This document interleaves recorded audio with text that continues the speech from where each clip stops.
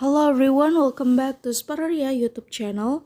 Alright guys, so yeah, in this video I would like to share you a tutorial on how to take a screenshot with 3 finger on Poco M7 Pro.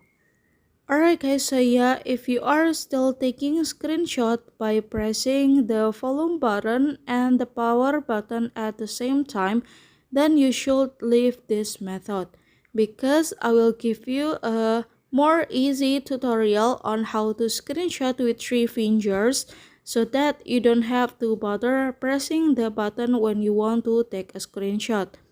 And how to do that is very easy, so yeah, now let's get started to the tutorial. Alright, the first thing first is now you can go to settings menu on your cell phone right there.